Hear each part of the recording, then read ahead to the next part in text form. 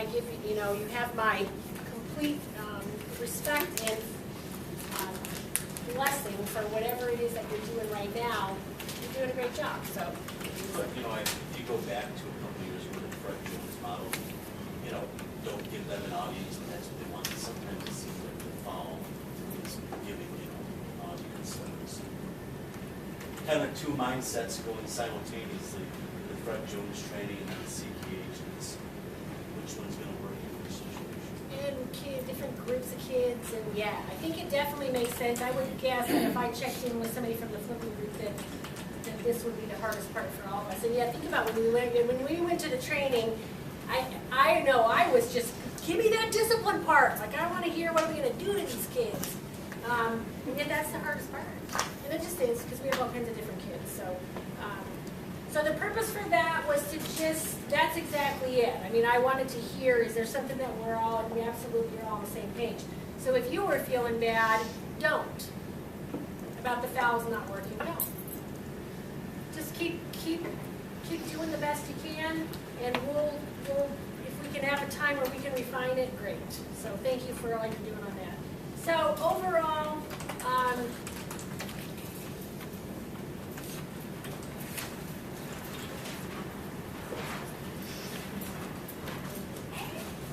okay, so retention signal, I definitely see that model and using the contract, making it personal, climate, affirming students, launches are consistent and fun, social contract, these we're working on. Again, this is all, so affirmations, that might be something that certainly within your teams, you might have some trick that works. Keep trying, keep reflecting, keep refining, keep talking to one another. So I'm thinking, thank you for starting. I am,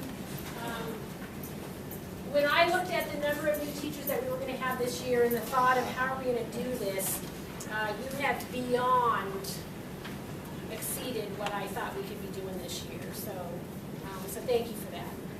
I appreciate all that. For me, I'll tell you that the areas that I'm going to be working on, for me, more affirmations, some of the communication, the early release Thursdays. Sometimes my hands are tied because I don't know until I get it from the district, but I'm going to work at getting that information to you early, and then what you can do for me is then just check your calendar. Because sometimes if I give it to you too early, you forgot I gave it to you. So, and then keep helping me with my facial expression, because you can pretty much know if I've had a struggle of a week, and I'm working on that. So help me with that. So. All right, these are just a couple final reminders, routines, procedures, and if I bring it up, it means there's been a problem. So, go to the bathroom. You should never have two students leaving your classroom to go to the bathroom, and that's becoming the norm in some classrooms. So, there's no reason for that. I can't think of any good thing that comes from two kids planning to go to the bathroom together. Okay, that's a non-negotiable. Use me as the bad guy. No.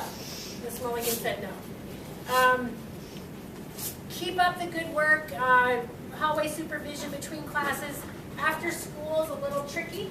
That has to be part of your final end of the day, because there are some times where an entire hallway will be not one adult. So please, if you could just step outside, that's it, just so that they know. And I think after school, I haven't investigated yet, but I think we had some kids smoking in one of the bathrooms. They are sneaky little people. Students must have pass if they're in the hallway. End of story.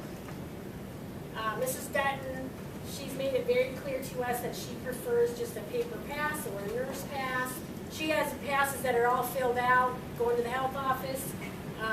She doesn't like the things that could be dipped in the toilet and all that stuff. So I don't think those are the best either. So whatever works, they've got to have a pass if they're in the hallway.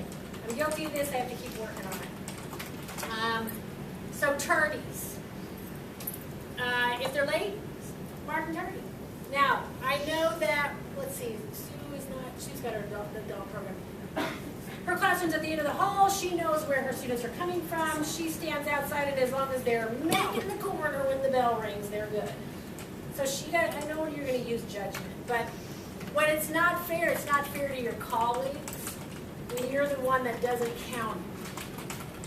Because then if you're the one that does count them, then the kids, it just is lopsided. So please honor that.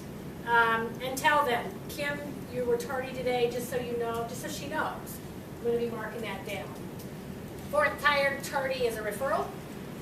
I know there's different ways to keep track. You can talk with your team on what works. Starts over at the beginning of each quarter. So any concern on tardies? Okay. The first period of the day, Kristen takes care of those. So you don't have to worry about those. When you get a request for homework for students who are suspended, some of you are very difficult on that. And we're not punishing kids by making them fail, and I get it. They're the ones suspended, but they aren't supposed to fail too. So sometimes Kristen has to come back to some of you 3-4 times, and you give her nothing. Now I have said you have absolute my permission to write no makeup work until they return or something, because you may be doing group projects. You don't have to replicate that. You guys are working in the shop, Ted. You don't have to give them a package to do. You can if you want to, but you could say make up when they return. You got to do it then. Give them an opportunity to do it. But they need that paper that gets given to the parents needs to say something on there. That's a tough one, and I'm going to ask for your help on that because that's not fair to Kristen. Kristen has a full plate of jobs to do, and why would we want to make her job harder? So once you see one of your kids is suspended, get that working. All right, lunch detentions has become a problem as well.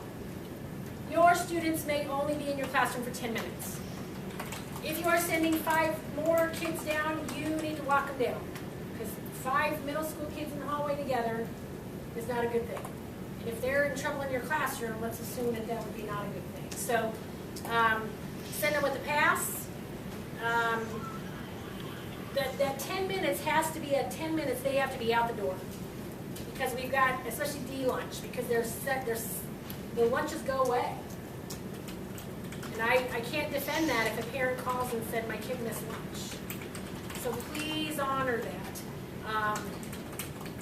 So 10 minutes only in the classroom. And I'm going to challenge you that if you're managing detentions, that you manage them.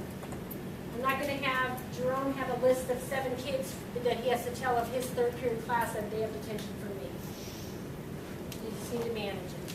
If I was in the classroom, I wouldn't do detentions. I'm not going to say you can't, but I would go straight to parent contact because I wouldn't want to manage all of this. If you're going to do it, you need to follow those steps. Okay? All right. Does anybody here? Let's see, Rebecca, anything with student council? That's all for my part here. What else do we have coming up? Renaissance, Kathy? You're good? Okay. So my final thought, and then Heather's going to launch us, is thank you for the feedback, always reflecting. I got an email the other, how are the puppies, by the way? Great. They're great. So, well, I was like 5 o'clock in the morning, Joe put out his email looking for duty. And I don't know who I said it to, but that's pretty amazing. Because it would be just as easy to go, you know what, I got things on my mind, someone else will have to pick up the slack, and you all never do that to each other. That's just one way that you blow me away as a staff. So I don't take, I try not to take that for granted. I have to remind myself of that. Thank you for your reply too, because you like don't worry about it. I was literally covered in puppy juices at that time. So thank you. I was like, one less thing to worry about. All right, so you guys are doing great. Yeah, thanks. That was a good thing. Thanks for all you do. I do appreciate it. So, yes, Kim. I just want to say that your first 301 checks are going to be coming up. Yay! So, something to be happy about. That's awesome. That should have been a good thing. All right, Heather. Heather, you're up. Okay, you will need to have an even number of people at your table, a piece of paper for each person, and a writing utensil. If you need writing utensils, tell me. We need one. We only have one ready. I'm not. Over there. He did. We need to turn it in.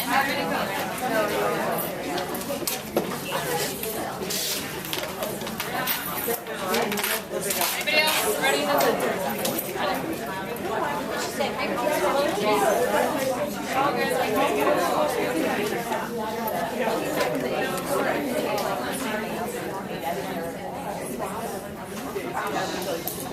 Thank you. Sorry, my classroom, this is our quiet signal, but I can turn it into a team back. So you need to figure out, for me, first of all, who's partner A and partner B, because otherwise the directions are really weird. So if you're partner A, could you raise your hand? You need to be in pairs. I'll be partner A. Should I have started with that? For what? Me in pairs, I need partner A. Raise your hand. Okay, partner B, raise your hand. Beautiful. So, thought today we would do a launch that would make us giggle, because I like to giggle. I think that it's a good way to end a Monday like this. I'm going to ask you to draw yourself or your partner, depending on my direction. We'll see how this goes. And I'm going to ask you to draw that person blind. So the only way you're going to know what you're drawing is by the directions your partner gives you. So for example, Miss Powell will close her eyes, and Mr. Knapp will explain to Miss Powell how to draw a picture of herself while her eyes are closed. So he might say things like, okay, start with like an oblong circle. So she'll start there. And I say, okay, move your pencil up and to the right a little bit. That's your first eye. So draw your first eye. And then you'll have to figure out where your mouth belongs, your nose, your hair. Anybody confused on directions so far? Okay. So I would like for partner A's to be drawing and blind first, and I'd like partner B's to instruct them in how to draw themselves. You're going to draw a self-portrait. Okay? I'm going to give you 3 minutes. Go.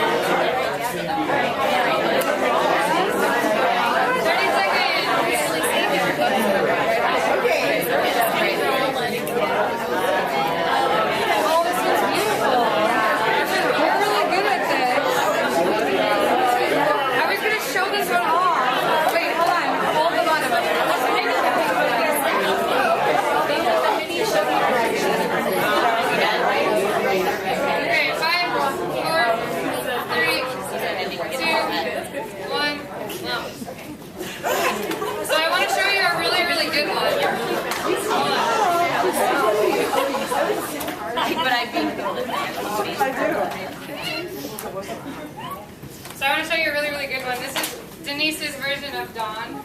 Isn't it pretty? Before we do partner B, I just want to let you know that there were 2 pairs in which both people had their eyes closed, and I'm a little worried about that. I don't know how that works. I haven't been there yet, so we'll see.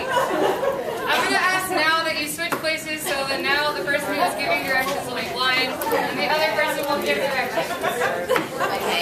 Okay, so go ahead and begin. I think let's go again.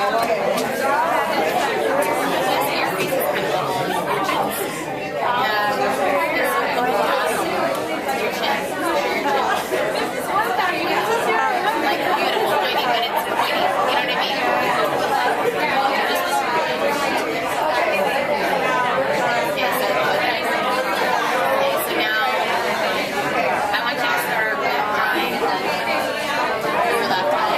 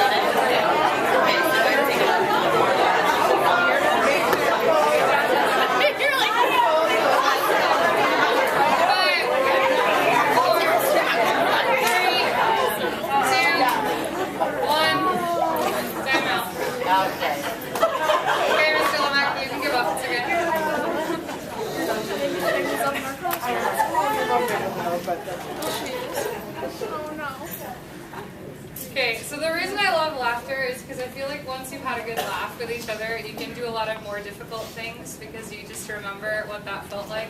So the reason I wanted to launch us today by drawing ridiculous portraits of ourselves blind is because I want us to remember that we can trust each other with a lot of things. We trust each other with our kids. We send them outdoors, send them next door to somebody else's classroom. We have to trust that we're going to all be in this together. We're all going to be working as hard as we know we are every single day. But we can also trust each other with laughter and stupid things that happen to us and stupid things that we do. So keep in mind today, the next time you see someone in the hallway, I really would like it if you could put the name of the person you were supposed to be drawing on your drawing and leave it on your table. And after you have done that, have a fantastic meal. You can put it on mine. Can you like I'm gonna totally put them in the bag of because it's supposed to be. Wait, hold it. Put your name on it. I love them so much. Did it go well?